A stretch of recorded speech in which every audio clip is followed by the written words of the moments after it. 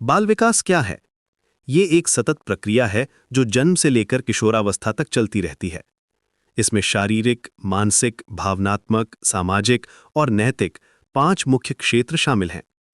विकास के कुछ महत्वपूर्ण सिद्धांत हैं जिन्हें समझना जरूरी है। पहला, विकास क्रमबद्ध होता है, यानी एक निश्चित सीक्वेंस में होता है। दूसरा, ये सामान्य से विशेष की ओर बढ़ता है। तीसरा, ये एक कंटिन्यूअस प्रोसेस है। और सबसे महत्वपूर्ण बात यह है कि हर बच्चे में विकास की गति अलग होती है। अब बात करते हैं जीन पियाजे के संज्ञानात्मक विकास सिद्धांत की। पियाजे ने बताया कि बच्चों का कॉग्निटिव डेवलपमेंट 4 डिस्टिंक्ट स्टेजेस में होता है। पहली है सेंसोरोमोटर स्टेज, जो 0 से 2 साल तक चलती है। इस दौरान बच्चे अपनी इंद्रियों और मोटर एक्टिविटीज के थ्रू दुनिया को समझते हैं। दूसरी है प्री ऑपरेशनल स्टेज, 2 से 7 साल तक। यहां बच्चे सिंबॉलिक थिंकिंग डेवलप करते हैं, लेकिन अभी भी लॉजिकल ऑपरेशंस नहीं कर सकते। तीसरी है कंक्रीट ऑपरेशनल स्टेज, 7 से 11 साल तक। इस स्टेज में बच्चे कंक्रीट ऑब्जेक्ट्स के साथ लॉजिकल थिंकिंग कर सकते हैं। और अंत में फॉर्मल ऑपरेशनल स्टेज, 11 साल के बाद। यहां एब्स्ट्रैक्ट थिंकिंग और हाइपोथेटिकल रीजनिंग डेवलप होती है। पियाजे के साथ साथ वाइगॉत्स्की का सोशियो कल्चरल थ्योरी भी बेहद महत्वपूर्ण है। वाइगॉत्स्की का मानना था कि सीखना सामाजिक अंतःक्रिया से होता है। उन्होंने जोन ऑफ प्रॉक्सिमल डेवलपमेंट यानी जीपीडी की कॉन्सेप्ट दी। ये वो एरिया है जहां बच्चा अकेले तो कुछ नहीं कर सकता, लेकिन किसी एडल्ट या केपेबल पीयर की हेल्प से कर सकता है। इसी से जुड़ी है स्कैफोल्डिंग की कॉन्सेप्ट, यानी टेम्परेरी सपोर्ट देना जब तक बच्चा इंडिपेंडेंट नहीं हो जाता। जेरोम ब्रूनर का डिस्कवरी लर्निंग थ्योरी भी फैसिनेटिंग है। ब्रूनर का कहना था कि बच्चा स्वयं खोज करके सीखता है।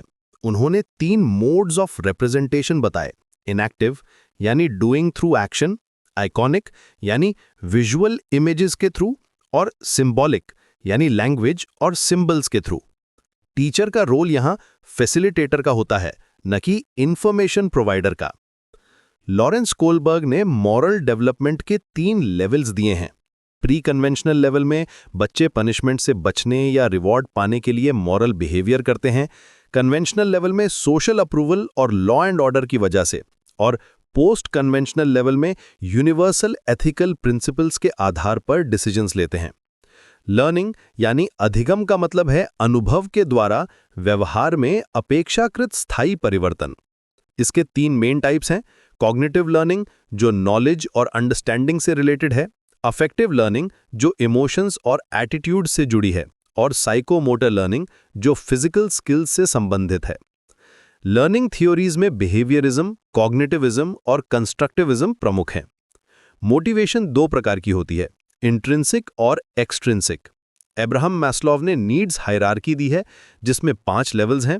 सबसे नीचे फिजियोलॉजिकल नीड्स जैसे भोजन, पानी, फिर safety needs, love and belonging needs, esteem needs, और सबसे ऊपर सेल्फ एक्चुअलाइजेशन नीड्स। टीचर को समझना चाहिए कि बच्चे की कौन सी नीड करेंटली एक्टिव है।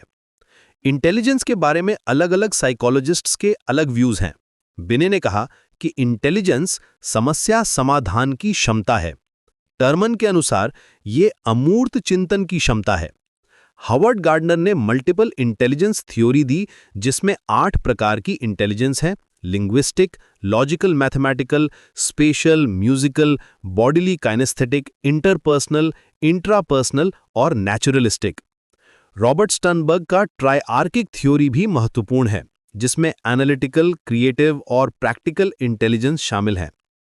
पर्सनैलिटी के 4 मेन कंपोनेंट्स हैं: फिजिकल, मेंटल, सोशल और इमोशनल। फ्रॉइड, युंग, एडलर जैसे साइकोलॉजिस्ट्स ने पर्सनैलिटी डेवलपमेंट के अलग-अलग थ्योरीज दिए हैं। टीचर को हर बच्चे की यूनिक पर्सनैलिटी को समझकर टीचिंग अप्रोच एडजस्ट करना चाहिए। अब आते हैं इंक्लूसिव एजुकेशन पर। इसका मतलब है सभी बच्चों को समान अवसर देना, चाहे वे सामान्य हों या विशेष आवश्यकता वाले। स्पेशल नीड्स चिल्ड्रन में visually impaired, hearing impaired, intellectually disabled और लर्निंग डिसेबल्ड बच्चे शामिल हैं। हर कैटेगरी के लिए स्पेसिफिक टीचिंग स्ट्रैटेजीज और अकोमोडेशंस की जरूरत होती है।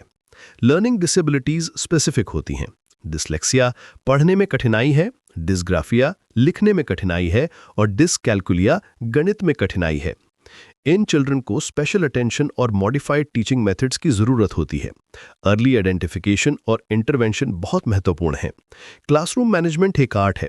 इफेक्टिव क्लासरूम मैनेजमेंट के लिए क्लियर रूल्स और एक्सपेक्टेशंस होने चाहिए। पॉजिटिव रीइंफोर्समेंट का यूज़ करना चाहिए। फिजिकल एनवायरनमेंट भी कंड्यूसिव होना चाहिए। डिसिप्लिन मेंटेन करना ज़रूरी है, लेकिन प्यूनिटिव अप्रोच नहीं अपनाना चाहिए।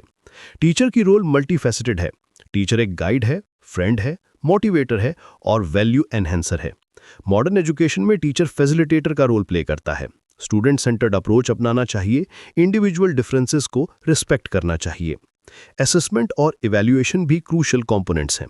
फॉर्मेटिव असेसमेंट ऑनगोइंग प्रोसेस है जो लर्निंग के दौरान होती है। समेटिव असेसमेंट लर्निंग के एंड में होती है। असेसमेंट टूल्स में tests, assignments, projects, portfolios, observations शामिल हैं। असेसमेंट का पर्पस इंप्रूवमेंट होना चाहिए, ना कि केवल ग्रेडिंग।